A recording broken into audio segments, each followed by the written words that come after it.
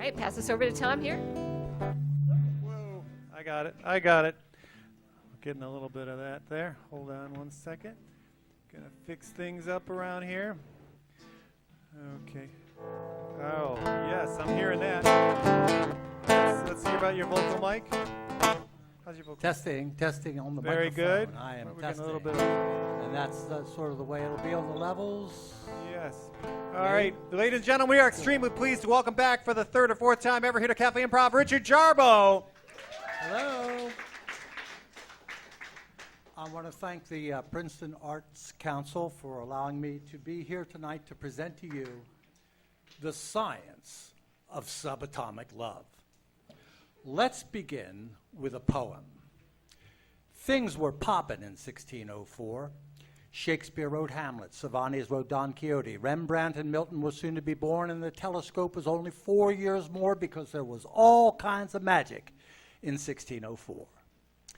In 1609, Kepler wrote laws of planetary motion that he saw in the stars, and El Greco and Galileo and Newton and Descartes were all pioneers, and they were soon to make a mark about the time of 1609.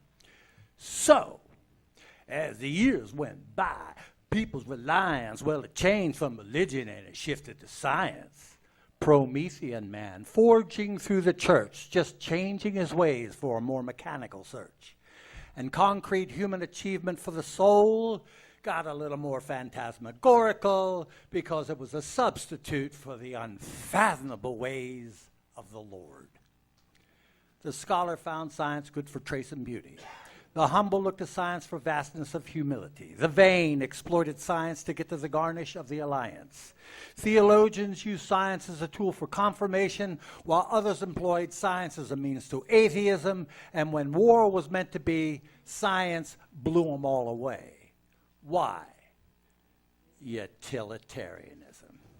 Stresses usefulness over beauty. Stresses solely for utility, knows no humility, utilitarianism. And the businessman, he paid generously when science advances his utility, so he moves slow, understandably, towards another Mother Nature atrocity. You see, science sees creation with eyes of inflation, with eyes just as old as the eyes of the cold church and jury who found Galileo guilty when he proved to everyone that the earth moves around the sun. You know, if Albert Einstein were here today, I would say to him, Albert, you said you'd rather be a plumber. You said science was a bummer in your field with all of its quanta. I say, Albert, are you a relative of mine? I say, set the gluons free. Quarks belong to eternity, and Western science speaks the language of the East and the illusions of our lives, and the church and the science never cease.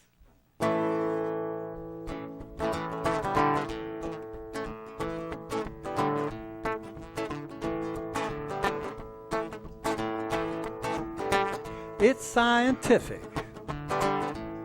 It's verified. Them subatomics, you know, they're so rarefied, you know, it's scientific and it is clarified, and them subatomics really know how to hide when we take out our microscope and take out our telescope, and then we start twisting the kaleidoscope and realize, you know, it really doesn't matter.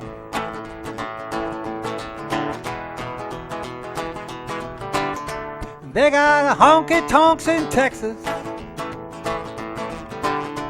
honky-tonks in Tennessee, and science is a honky-tonk. They're drinking debris. Yeah, they're drinking debris.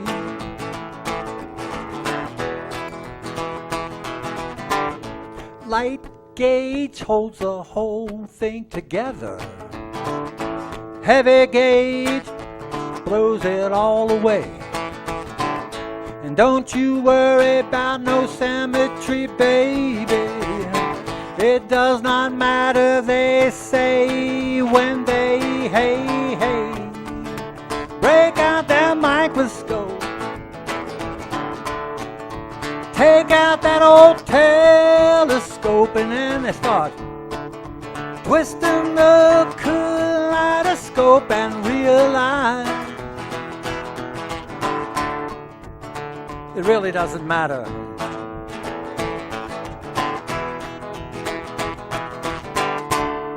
I ask you, what's the matter? And you tell me, antimatter. So I ask you, does it matter? Atoms splatter. And is it matter?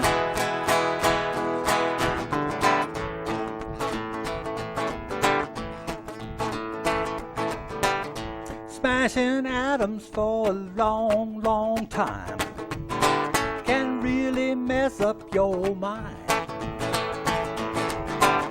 Little ghosts keeping them big ghosts together, and you see them time to time when you break out that old telescope and shake out your microscope. Start twisting the kaleidoscope and realize, you know, it doesn't matter.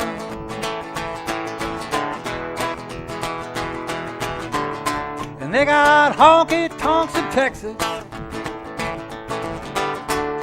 They got honky-tonks in Tennessee. And science is a honky-tonk. They're drinking debris. Yeah, drinking debris.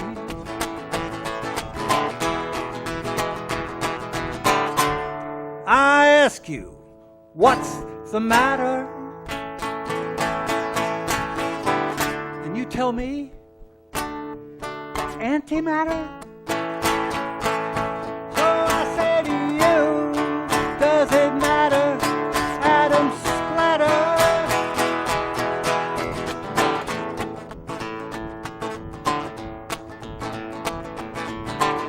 Smashing atoms for a long, long time can really mess up your mind. Little ghosts keeping them big ghosts together. Yeah, you see them time to time when you break out that old telescope. Yeah, take out your microscope and then you start twisting the kaleidoscope and realize it really doesn't matter. But I say, love matters.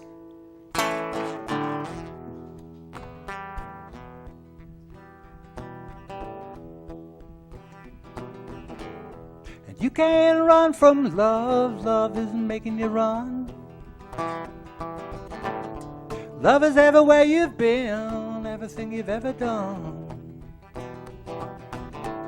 So don't you run, my love, don't you turn and go. Everything is part of you. It's part of me. And I knew the first time I saw you, I'd loved you in my past. Who knew? Who knew? Reincarnation happens fast. Hold my hand, Aileen, I'm older than 18. I've been with you for thousands of years, baby, living in a dream. Don't run, don't run, don't run, don't run. Don't run, don't run, don't run, don't run. Don't run, don't run, don't run, don't run, don't run, don't run, no, no, no. don't you turn and go. Everything that's part of you is part of me.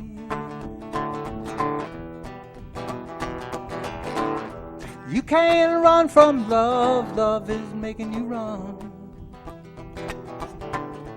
Love is everywhere you've been, everything you've ever done. So don't you run, my love, no, don't you turn and go. Everything that's part of you is part of me. Baby, I know you know.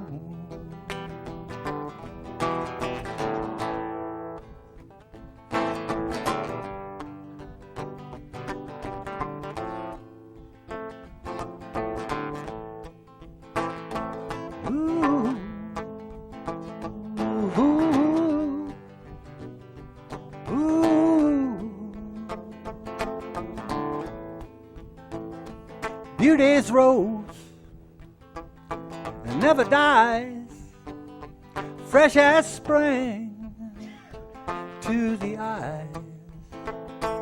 Beauty's rose, it never fades, in memory of brighter days. Raise your glass to time gone past. Raise your glass to loveliness, loveliness, loveliness, love.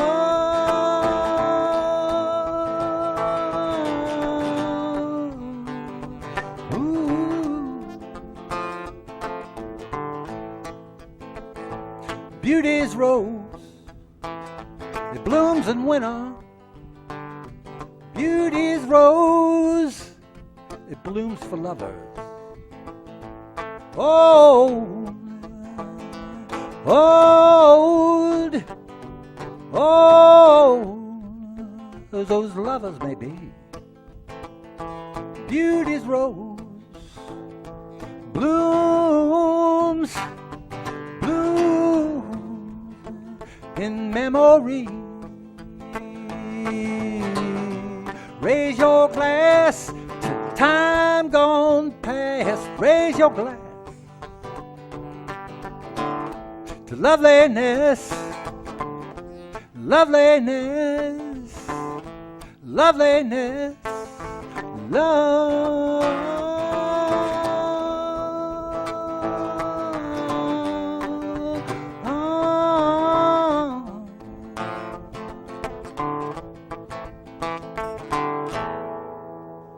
You know,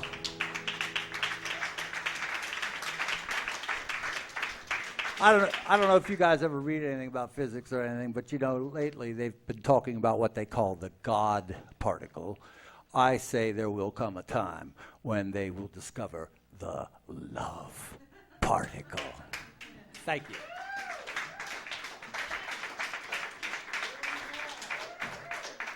Richard Jarboe, yes, you are unpluggable, sir. This Cafe Improv happens on the fourth Saturday of every month.